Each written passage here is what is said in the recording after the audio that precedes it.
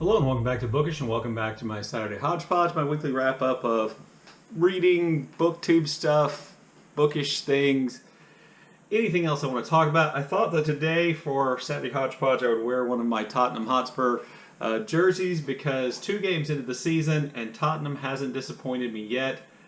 If you're a Tottenham fan, you know that's something to celebrate, even though they usually have a way of kind of concentrating their disappointing losses and draws in the English Premier League, you know, around the most critical times possible for having a chance of actually winning the league. So I thought I'd wear that. And then the other thought that occurred to me is that this video is going to be remarkably similar to last Saturday's Saturday Hodgepodge because, you know, the primary thing I want to do is essentially replicate what I did last week with the 55 favorite books for 55 years. And this year I'm going to make it this weekend I'm going to make it 55 favorite nonfiction books for 55 years, in part because a few people asked me to do that when I mentioned that I had only done novels last week. So this week it will be nonfiction books. It's a gloomy, kind of rainy day. If the light shifts and changes, you know, please bear with me. There are timestamps down below, and you should be able to find them on the scroll bar at the bottom of the screen. If you want to skip this or any part of the video, please feel free to do that. Anyway, so let's get started on the 55 favorite nonfiction books for 55 years. Oh, by the way, last week someone in the comments kind of took me to task for not being able to keep up with the numbering and wondered why I bothered about the numbers at all. Why not just pick the 55 books and introduce them all briefly? And I think that was brilliant. I'm ignoring that advice because I need to know, for whatever reason, I need to know that there are 55 books here. And I need to know that I'm not crazy and I can count to 55. I'm not so sure that's going to prove to be true, but that's what I'm going to do. So here we go. We're just going to go through these really quickly, and I'll just say a little bit about each book. So the first one of the books that I found in my 55 favorite nonfiction books for 55 years is From Dawn to Decadence, 1500 to the Present, 500 Years of Western Cultural Life by the historian Jacques Verzoon. This is essentially an old man's history of Western civilization, in which he complains that as we've moved from collectivism to individualism, society in general has gotten worse. And being an old man, I kind of agree with him. The second book on my list is The Pity of War by Niall Ferguson. Niall Ferguson, British historian, became kind of controversial for a lot of kind of statements he started making. This was not as controversial, even though Ferguson intentionally kind of courts controversy. This is his look at World War I, and essentially he is trying to kind of question or destroy some of the ideas that had become established about World War I and how it started and how it ended and why it ended.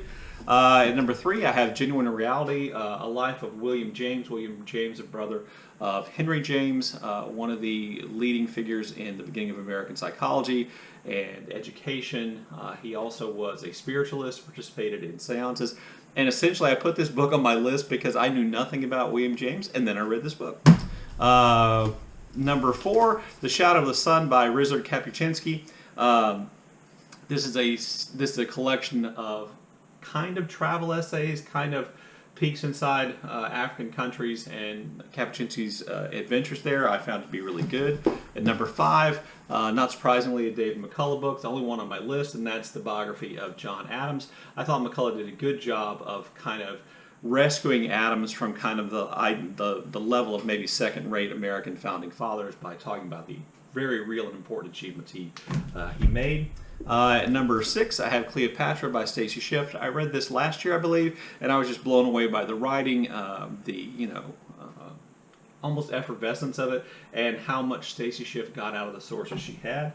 At number 7, I have Dear Scott, Dear Zelda. This is a collection of letters from F. Scott Fitzgerald to his wife Zelda, which, you know, it's my favorite collection of letters. I've read a lot of collection of letters, but I don't own very many. This is one that I actually own. At number 8, I have this incredibly short biography of Alexander Hamilton by the historian Richard Brookhiser. This is just a really quick introduction, I think, to Hamilton, and it makes a case for why Hamilton is so important. And this came out long before the musical Hamilton. I believe it came out before the really big biography of Hamilton by Ron Chernow, I believe. At number, let's see, 9, I have Angela's Ashes by Frank McCourt. Just a beautiful, moving memoir of a childhood spent in Limerick in Ireland, and poverty that attended his family and all the circumstances that went along with that. At number 10, I have what probably is still my absolute favorite biography, and that's Max Perkins, Editor of Genius by A. Scott Berg.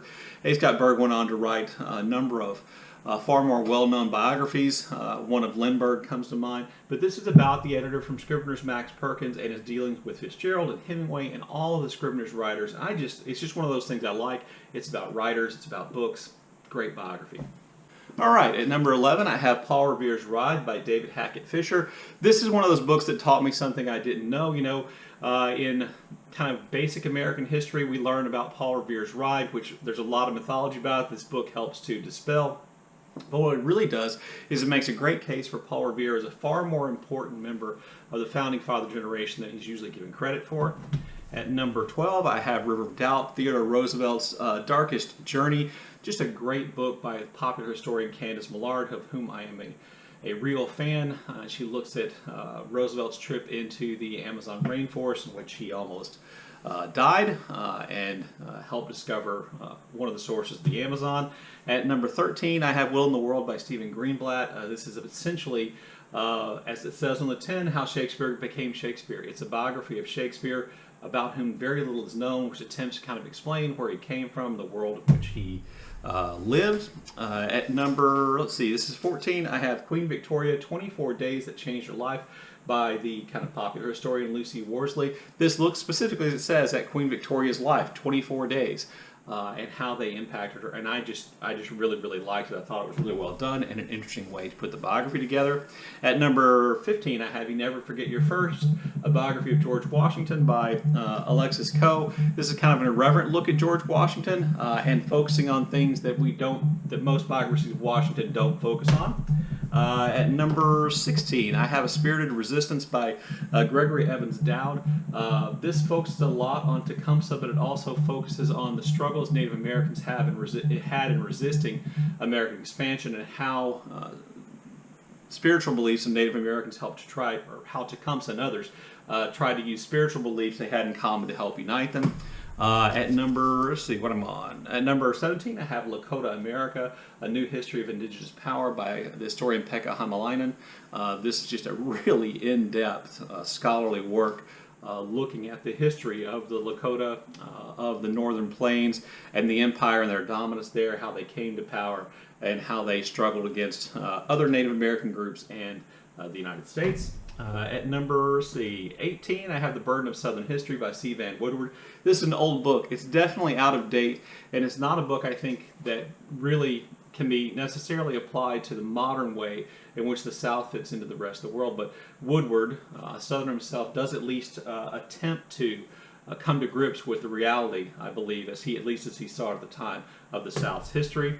At number 19, I have This Republic of Suffering by Drew Gilpin Faust, which looks at the way in which the massive number of deaths during the American Civil War affected American society and our ideas about death. And then at number 20, I have Gramercy Park, The American Bloomsbury by Carol Klein.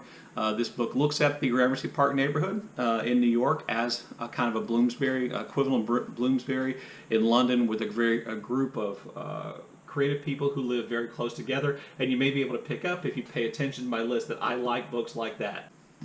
On number 21, I have No Modernism Without Lesbians by Diana Suhami. I read this last year. Buddy read with Stephanie Cohen. Really liked this. It basically lays out the case that the modernist movement in literature and art was led by, championed by, innovated by a number of lesbians who played important roles, from Gertrude Stein to Sylvia Beach. Speaking of Sylvia Beach, at number 22, The Most Dangerous Book, The Battle for James Joyce's Ulysses by Kevin Birmingham. There's a connection here, because Sylvia Beach is the original publisher of Joyce's, Sylvia Beach of Shakespeare and Company fame, Paris bookstore fame, the original publisher of Ulysses. And this book looks at how Ulysses was essentially unbanned in the United States. And then also kind of along the same lines, a book I read book I read last year. Square Haunting, 5 Writers in London Between the Wars by Francesca Wade. This surprised me with how well Wade connected the lives of these 5 women writers to a place in which they all lived, not at the same time, but at various points in time. I think this is a book I've never mentioned on my channel, and this would be number 24, 1939, The Lost World of the Fair. This is about the 1939 World's Fair, which took place in New York, which had all kinds of innovations and things that people never seen before, like television. This book is special to me because my granny, who lived in Deep East Texas, so far into Deep East Texas that she had to walk through the woods to catch the school bus to take her to school where she taught. She got on a train in Texas and went to New York so she'd go to the 1939 World's Fair. At number 25, I have the graphic novel series March about John Lewis, one of my heroes. Really like those. You know, if you're looking for information and insight into the American Civil Rights Movement and John Lewis, those are a great place to go. At number 26, I have Hepcats, Narcs, and Pipe Dreams, A History of America's Romance with Illegal Drugs by Jill Jones, or Johns. I don't necessarily agree with Jones' conclusions about drug use in the United States, but really kind of an in-depth look at the history, as it says, of illegal drug use in the United States, which I found to be really great. At number 27, I have Intelligence in War by military historian John, I think he's British military historian John Keegan, which looks, as the name says, at instances which over a long span of history in which knowing about your enemy helped, knowing about the enemy helped someone win a battle. We begin kind of here with, what are we on here? Should be 28. Sorry, I'm looking at my list here. 28, Across the Red River. This is the beginning of books that I read about Africa, particularly about sub-Saharan Central Africa in and around the time of the genocide in Rwanda. That's the first of those. Along the same lines, I have The Graves Are Not Yet Full. By the way, this is by journalist Christian Jennings. Another journalist, I believe, Bill Berkeley, wrote The Graves Are Not Yet Full, Race, Tribe, and Power in the Heart of Africa. And this kind of looks a little bit more specifically about how European colonialism, imperialism in Africa, by drawing random borders, kind of pitted different tribal groups against one another and the ramifications of that moving forward. And then probably the most well-known book having to do with the part of Africa which I've paid the most attention to, that is We Wish to Inform You That Tomorrow Will Be Killed with Our Family, Stories from Rwanda by Philip Gorovich, which basically is, I think, the book which really brought to light a lot of the details of the nightmare of the genocide which took place in Rwanda. It's just a really great book. At number 31, I have the last of the books kind of dealing with the Congo and that area of sub-Central Africa that's on my list, and that is the well-known King Leopold's Ghost, A Story of Greed, Terror, and Heroism in Colonial Africa by Adam Hochschild. This looks at how for a very long period of time, much longer than you would imagine, Belgium held on to the Congo as a colony, exploited and abused the people there. At number 32, I have Our History of the Future by Nick Estes. Nick Estes is a Native American writer, political activist, and he basically outlines Native American resistance as a way, and the history of Native American resistance as a way of inspiring continued resistance, and providing readers who don't know, people who don't know, with a basis in history for why that resistance is necessary. At number 33, I have White Rage, The Unspoken Truth of Our Racial Divide, which basically is a look at a lot of the ways in which systemic racism still hangs on in the United States and its political consequences. At number 34, I have Our Prisons Obsolete by Angela White Davis, which, as the name suggests, looks at the American prison system as something that's creating more of a problem and is an example of how systemic racism works in the United States. At number 35, I have The Warmth of Their Suns, The Epic Story of America's Great Migration by Isabel Wilkerson. Just a beautifully written, researched story about several African American people, their reasons for leaving the South during the Great Migration and what happened to them afterwards. And then I have On Juneteenth, which I believe I read this year, I think. I can't remember now. On Juneteenth by Annette Gordon Reed. This is a series of essays about racism in Texas, the history of race relations and slavery in Texas, which involved Annette Gordon Reed herself, who was the first African American child to integrate an elementary school in the town in Texas where she grew up. At number 30, where am I? At number 37, I have SPQR by Mary Beard. This was a buddy read that I did, and it was really surprised me that what the focus of this was. It was much more on kind of everyday life and reality in ancient Rome than just strictly a history of emperors, which also then kind of begins a theme in the books you're going to see here next. Because next on the list I have Medieval People by Eileen Power. This is one of the really foundational books in terms of historians looking at everyday life and economic factors and how those shape the experiences of people during the medieval period. Eileen Power, by the way, is one of the people who figures in Square Haunting. Along those same lines, there is The Return of Martin Guerre by Natalie Zaman Davis. This is the story of Martin Guerre goes off to war and he comes back to his wife who thought he was dead. Only Martin Guerre may or may not be Martin Guerre. Now also, really kind of that mystery is involved. It also really looks at, again, life in medieval Europe, as does The Cheese and the Worms by Carlo Ginzburg.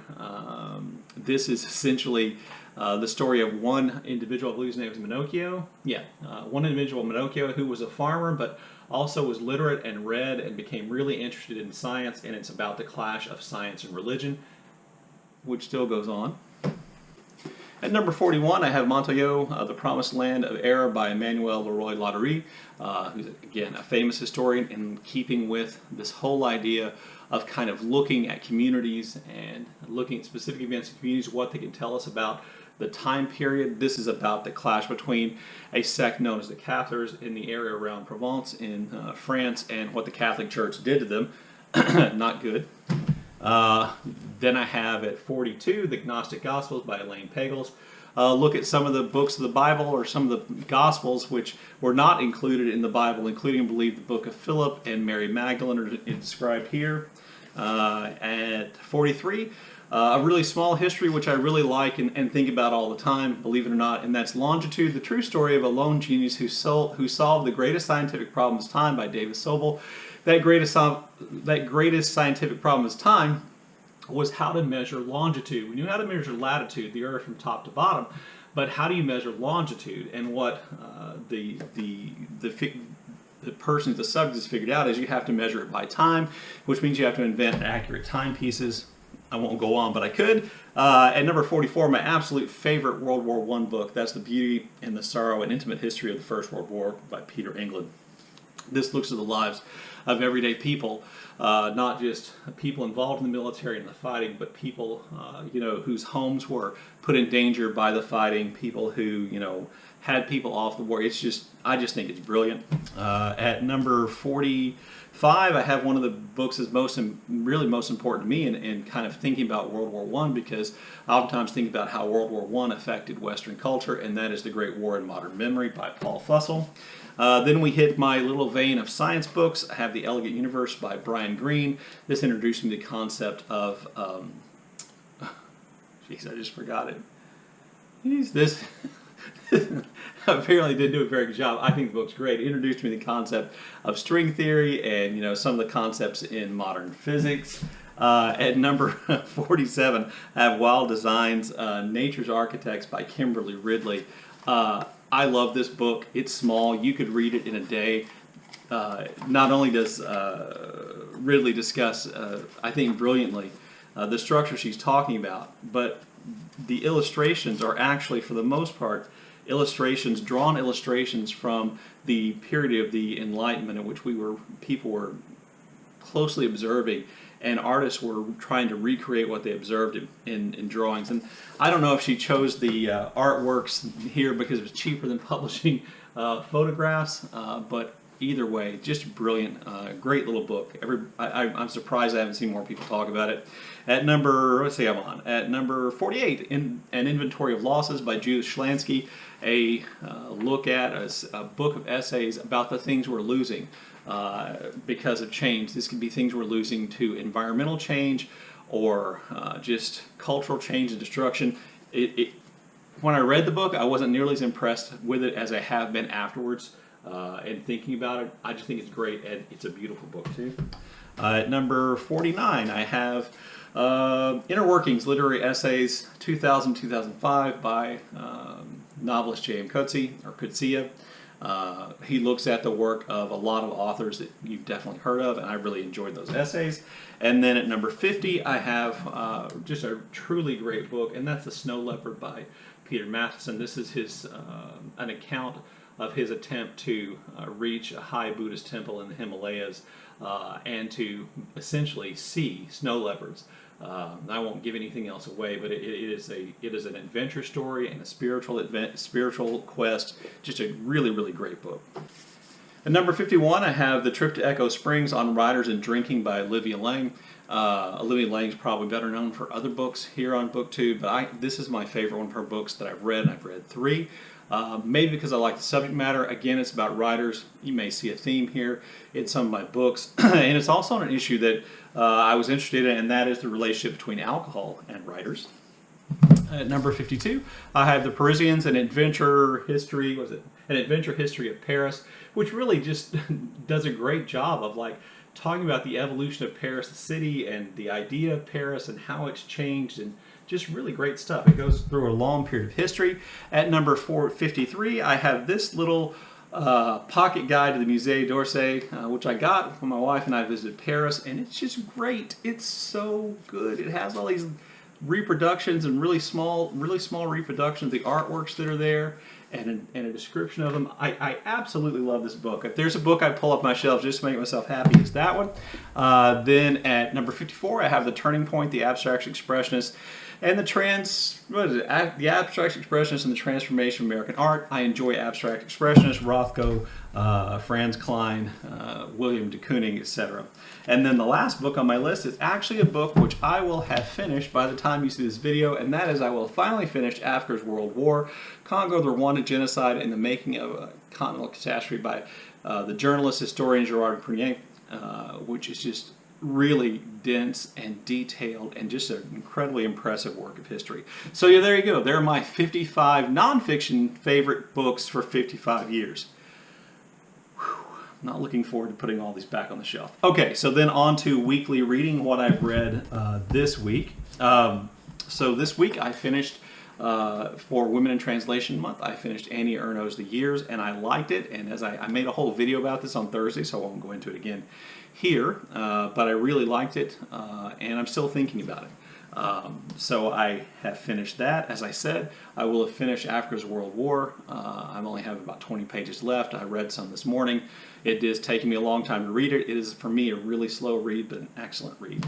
And then I also finished this week the 4th book in my Women in Translation Month reading, and that's Disoriental by Nagar Javadi, which I really, really liked. I liked the way the story was told. I liked the narrator who breaks, the 4th wall and occasionally addresses us directly as readers. I like the fact that it skips backwards and forward in time. I like the fact that I feel like I know a lot more about Iranian society and culture, at least before the revolution, which brought the Shah down and put the Ayatollah Khomeini in power. I feel like I know a lot more about that. It is, I just think, a really enjoyable book to read. How good it is, if we just take away the fact that I enjoyed it, how good it is something I'm not decided on. I think it's good. I think the writing is good. I think there are some issues that people... Zelda? Why? She got me that time. Did I jump? I think there might be some issues with that, and there are definitely some things about this that have put people off and will put people off. A lot of people have said, there's so many names and characters to keep up with. I didn't find that to be a problem, but if you didn't know, there's actually kind of a glossary of characters at the back, so you can keep up with who they all are. I didn't find that to be nearly as big a problem as some people did. I really, really enjoyed this book, and I'm having just a great Women in Translation Month. So if you notice, this is Faulkner in August. I still haven't really started The Mansion. I feel bad about that. I will get to it. My last Women in Translation Month read for this year will be The End of Days by Jenny Erpenbeck, and I will start that this week. It's about 240 pages, so it's not as long as Disoriental, but it's a little bit longer than some of the others. I'm really looking forward to this. It's my second book by Jenny Erpenbeck. And then I'm also going to begin reading, let's see, I'm also going to begin reading Joseph Anton, which is essentially Salman Rushdie's memoir of having to live in hiding for 9 years because of the fatwa that the Ayatollah Khomeini called on him after the publication of the Satanic Verses. By the way, you should go watch KD's video about Salman Rushdie, and you should watch Britta Bowler's video about Salman Rushdie. I really think they are worth watching. I'll leave links to both of them down below. Okay, the only other thing I wanted to talk about is my most 80s song contest, which started last night, started last night at midnight my time on Friday, and I posted groups A and B. If you want to vote in that, please go ahead and vote. Groups A and B, that poll voting opportunity will be up until I post the next one, which will be tonight, or actually Sunday morning at 12 a.m. I will post the groups C and D, and you'll get a chance to vote there too. And that's what I'm doing. By the way, if you look at the groups, you wonder how I chose which songs were in groups. I literally drew them out of a hat and just wrote down whatever came up. So some groups are definitely stronger than others. That means some people's favorite songs will be eliminated by very small margins. Sorry, that's the way we're going, but it's off to a great start. I want to thank everybody who's voted. Anyway, there you go. There is my Saturday Hodgepodge for this week. I look forward to your comments in the comments section below. And as always, thank you for watching.